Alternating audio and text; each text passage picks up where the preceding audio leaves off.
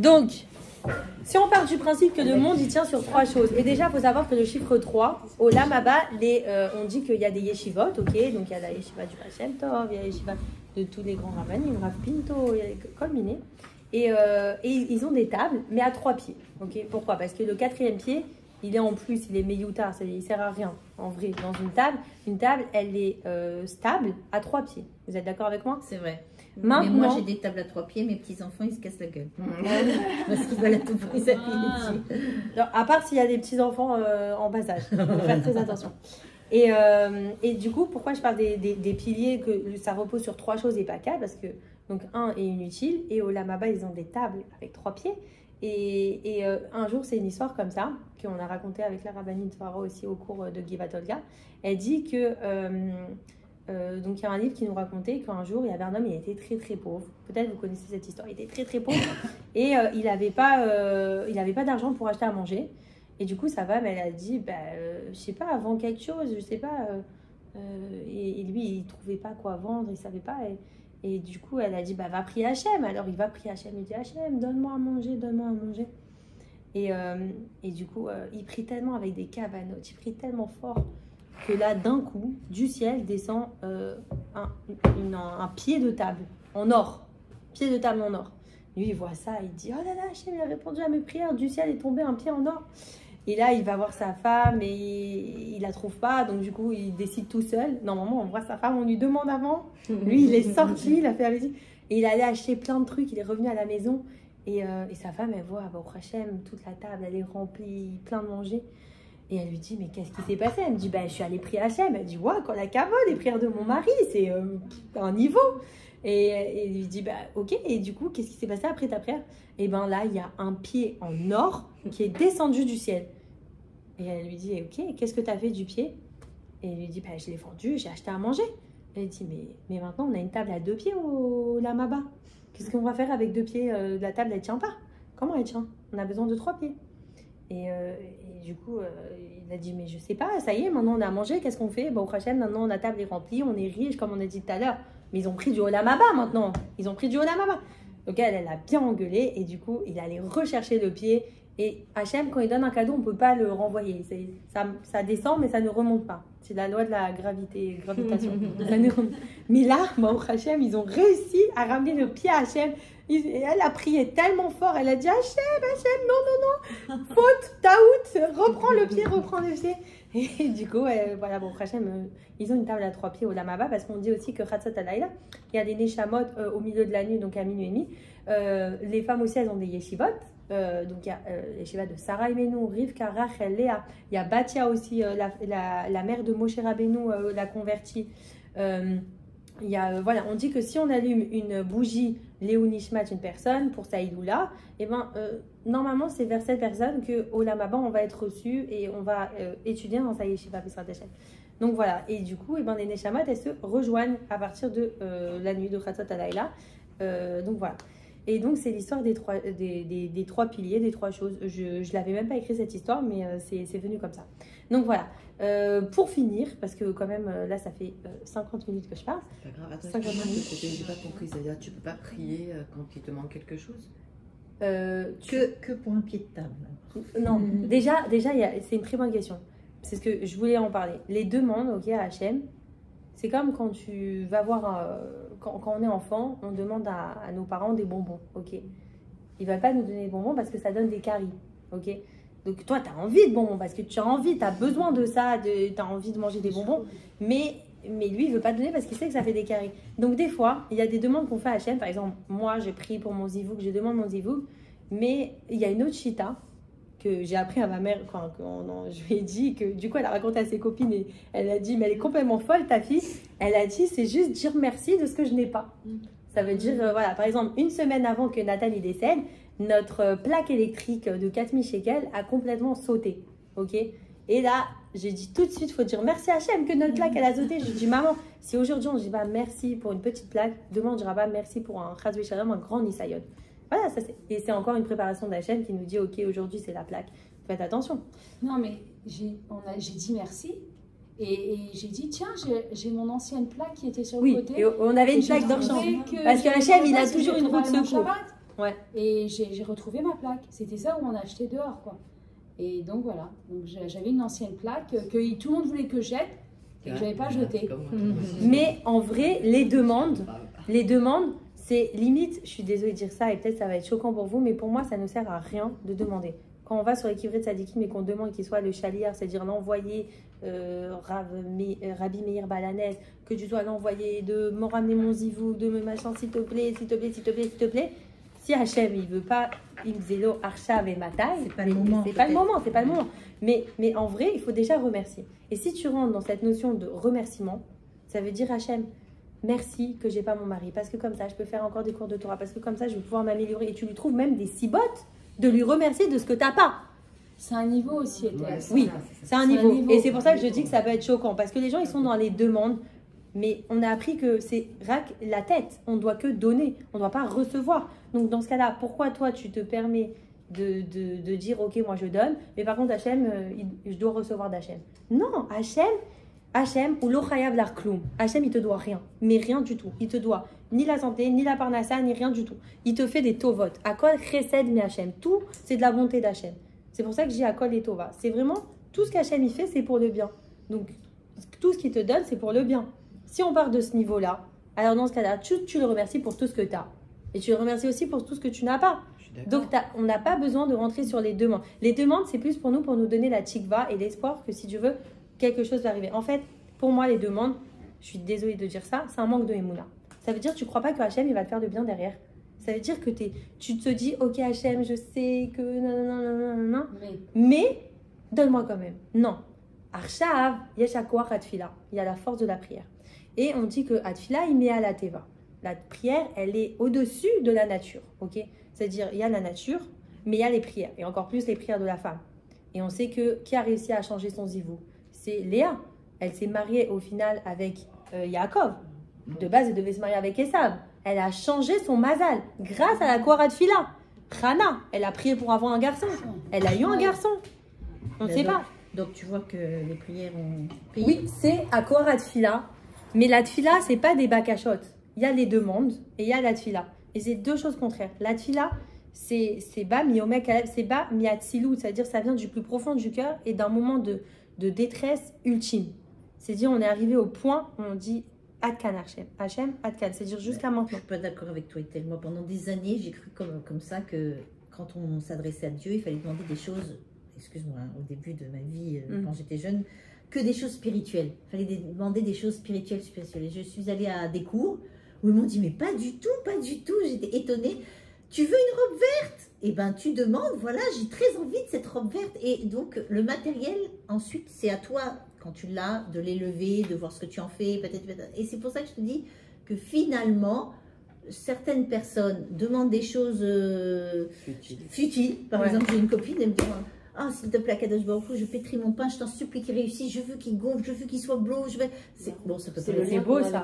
Mais donc, justement, donc, alors, tu vois, elle demande comme ça, je dis, mais parfois je me dis, c'est bizarre, elles vont demander juste pour que leur pain gonfle. Ouais. Mais après, elles ont tellement de satisfaction, il y a tellement de choses qui sont liées. Ensuite, le mari va mettre le pain sur la table du Shabbat, les enfants vont dire Ça demande légitime. que ça demande, et finalement, elle n'est pas si bête que ça. Elle n'est pas légitime, elle est Leshem Hachem. Elle est magnifique. Elle est pour Hachem. Elle est magnifique. Elle dit Hachem, c'est pour que Elle est tu aies un bon magnifique. pain. Voilà, donc quelque part, je suis d'accord pour demander des choses dans ce sens. Je suis un peu d'accord avec ce Voilà, dans ce sens-là. Merci. Bizarre. Alors, il y a deux choses. Moi, je suis d'accord avec vous, par exemple. Je vais commencer déjà par je suis pas d'accord. Donc, je suis pas d'accord parce que pour moi, c'est un peu égoïste à Hachem et même c'est de l'orgueil de demander à Hachem des demandes qu'on ne sait pas si elles sont adaptées à nous. On dit que c'est interdit pour nous de prier pour un zivoug. On dit, oh, ce mec il est trop beau, je veux qu'il soit à moi. Il ne faut pas prier. Il faut Ça, pas je suis prier. d'accord. Ah, excuse-moi, la reine d'Angleterre, la reine d'Angleterre, elle avait 13 ans, elle a vu le mec, elle a dit c'est celui-là que je veux. Ils n'étaient pas d'accord. Sauf la reine. Elle l'a eu et il n'y avait que lui qui l'a fait rire. Non, non, et 70 ans de reine, non, non. Oui, il n'y a que lui qui arrivait à faire rire. Oui, mais elle, c'est pas Hachem qui l'a Tu l'as pas vu, je vais te passer le dernier Paris Match parce qu'il n'y a que lui qui a réussi à faire rire sa femme. Elle était tout le temps comme ça, austère, avec le petit sac, le petit chapeau, et lui, il la faisait se marrer. Moi, je pense que c'est l'objectif d'arriver à ça, d'arriver à ne pas avoir besoin de faire de demandes. et de juste remercier Hachem. Mais je pense qu'en attendant d'arriver à Ouais, ce c'est ça, stade-là, il y a un niveau alors aussi. pour garder ce kécher avec Hachem, pour savoir aussi que c'est lui qui nous donne tout ce qu'on va demander. Alors, en attendant qu'on arrive à ce niveau, on essaye de continuer à demander tout en remerciant, quoi. Ok, alors. Moi, je vais peut-être vous choquer, Ah. mais depuis le décès de mon fils, je ne demande plus rien à Hachem. Je demande juste une chose, Le Mashiach. Géoula, le machin, c'est tout. Mais Parce que vous avez atteint un niveau. Parce que je pense que tu as. Oui, je pense ne que sais tu pas as si j'ai atteint un niveau, peut-être que si dans 1 mois ou 2 mois ou 6 mois, ma chère n'est pas encore là, peut-être que je vais renouveler mes demandes, à savoir les ivougim pour mes filles, à savoir un petit garçon pour mon aîné, tu vois, plein de choses comme ça. Mais dans l'instant immédiat, je demande que la Géoula, peut-être par égoïsme, parce que je sais que Nathan va être ressuscité, tu vois ce que je veux dire. Donc, je me dis que voilà quoi. Mais aussi pour tout le calme, parce que je pense à tout le monde qui a besoin de ça. On a besoin de ça maintenant pour qu'on se retrouve entre juifs et qu'il n'y ait que nous, quoi. Il n'y ait que nous qui vivons le Hémet, la vérité, pour voir le Hémet. Parce qu'on a besoin tous de voir la vérité. Parce que personne ne voit la vérité. Moi, je veux juste dire une chose. Hachem, il sait exactement ce qu'il fait. C'est des barreaux, ça tout le monde le sait. Mais maintenant, on ne peut toujours pas rentrer dans les comptes d'Hachem. C'est-à-dire, qui te dit que toi, tu as besoin d'avoir un garçon ou une fille et que tu as des... En fait, on a des demandes des fois. Et au Hachem, on envoie des rabbinim, on fait de la prière pour un tel. C'est sûr qu'on a des demandes. Mais d'un autre côté, pour moi, si on veut être émette avec Hachem, le plus émette possible, on dit, ok, ma vie aujourd'hui telle qu'elle est, c'est parfait. C'est parfait. Et ça, c'est pas un niveau. Parce que tout ce que les gens ils pensent que c'est inaccessible, c'est complètement accessible. C'est une fausse barrière. Pour moi, c'est une barrière en carton qu'on peut sauter en 2 minutes. Et on se dit, voilà. Maintenant, je suis d'accord avec vous pour une chose. Une Kala, quand elle rentre sous la choupa, elle a 3 choses à faire. Les filles, si vous vous rappelez du cours la semaine dernière. Premièrement, elle doit demander pardon. C'est c'est la base.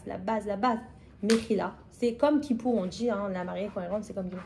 Demander pardon. Deuxième chose, elle doit, votre avis c'est quoi? Dire merci. Dire merci. Léodote. Merci. Et là, elle rentre dans le... T'as dit quoi? Ça fait un mois, donc c'est bon, elle est là, le truc encore. Mazel tov, tu viens de te marier. La troisième. J'ai dit merci, C'est grâce à elle d'ailleurs. Je te crois pas. Non, c'est grâce à Nathan. Non, c'est grâce à toi. C'est beau. Mazel tov, c'est mazel Mazel tov. Merci. Et le troisième chose, c'est les demandes. Donc oui, les demandes, elles rentrent.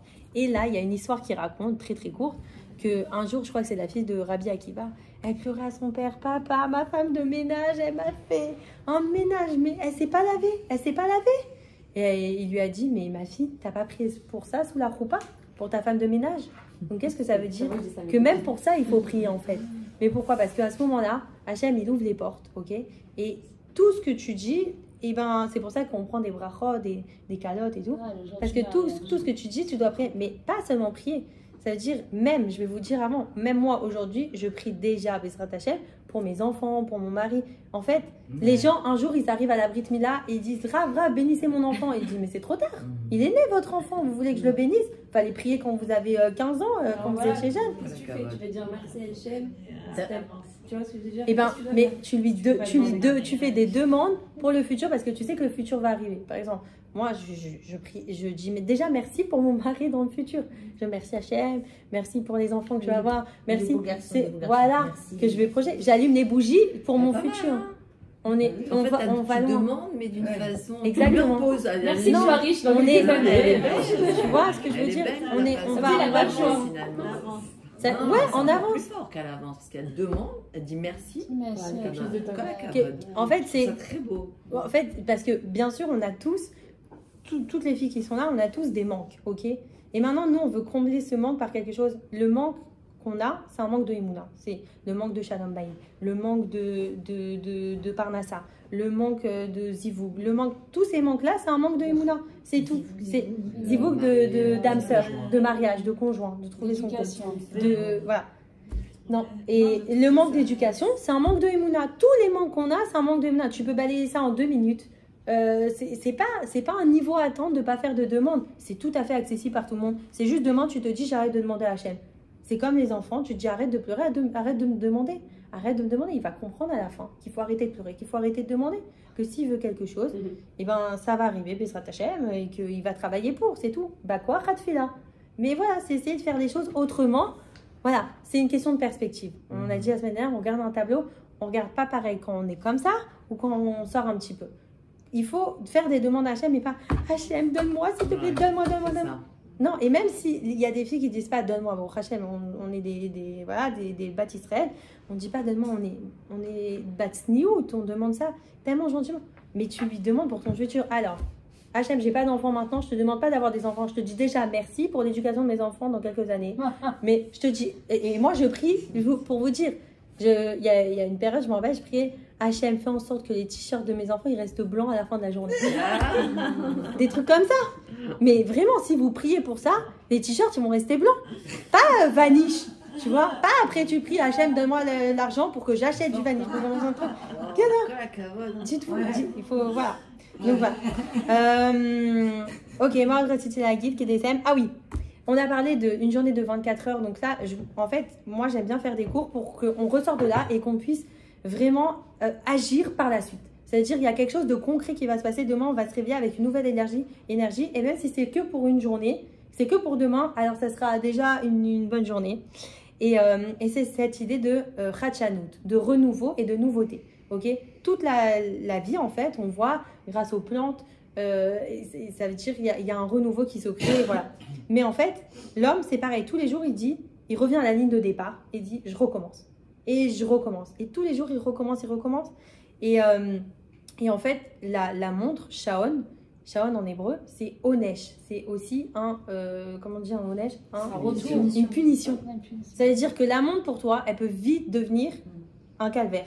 Si tu es spectateur de ta vie, si tu regardes ta vie défiler, tu dis à la fin de la journée, ma vie elle est passée trop vite. Ma journée, je ne l'ai pas vue passer. On est d'accord. Mais si tu es acteur de ta vie, là, tu vas réussir à contrôler ta journée.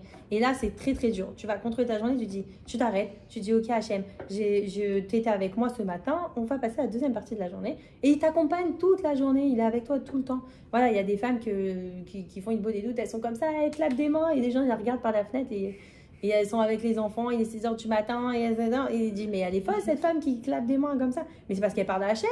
En fait, surtout quand tu es dans ta cuisine et tout, on en parle avec les filles. Mais voilà, Adam chez Rotse ou Yachol. L'homme qui veut, il peut. Il n'y a rien, il n'y a aucune barrière. Tous les gens qui disent c'est un niveau, ouais, ce rave, il a un niveau. Mais l'homme le plus simple, il peut arriver à un niveau comme ça. C'est une question de neshama, de lumière. C'est juste à vous. Une lumière, elle est déjà bleue au début, on est d'accord, c'est la racine. La racine, elle est bleue et après, elle est jaune. On est d'accord. Si tu t'approches, les braises, elles sont bleues et après, elles sont jaunes. Le bleu, là, il va falloir qu'il étincelle tout le monde et que tu rapproches les gens. Et c'est ça. C'est ça, donc voilà. Et dans quoi tu mets tes efforts? Il y a des gens qui vont investir toute leur vie pour le Olam Hazé. Et il y a des gens qui vont réussir à travailler aussi le Olam Haba. Et là, il faut trouver un juste milieu. Pour répondre à la question, Matachlit, c'est quoi la base? Qu'est-ce que je fais ici dans ce monde? Je suis là aussi pour travailler mes midot, mes mitzvot et les karev des Hachem, se rapprocher d'Hachem, mais aussi pour travailler, pour faire de la parnassa. Ça aussi, ça fait partie des réparations de ce monde. On ne sait pas. Les gens qu'on va côtoyer, les gens que, voilà, peut-être dans un autre guide goul, on faisait partie de la même famille, on ne sait pas. Mais si on est là ce soir pour être ensemble et parler de c'est quoi la base et les karev mais Hachem, ça veut dire qu'aujourd'hui, on doit se renforcer à Hachem. Aujourd'hui, on doit apprendre quelque chose dans un moment de secours. Moi, je crois vraiment que chaque minute d'échange avec une personne, elle crée énormément de choses. Donc voilà. Je vais finir en disant, qu'est-ce que je vais dire? Oui, Kol Davar Yesh Tachlit. Ça veut dire toute chose, vous pouvez lui trouver un but. Voilà. Faut méditer. Ouais, faut faire beaucoup. Méditation, c'est bien, mais si il beau des doutes, c'est de la méditation avec Hachem. Donc là, t'es mieux parce que t'es accompagné, t'es pas tout seul. Donc voilà, Zaya Léonishpad Nathan Avram, Ben Yosef Verina Fitoussi. Et moi, j'ai pas de nom. Bar Pelar Ben Herzl. Ah, Bar Pelar Ben Herzl. Voilà. Super court, super court. Tודה רבה.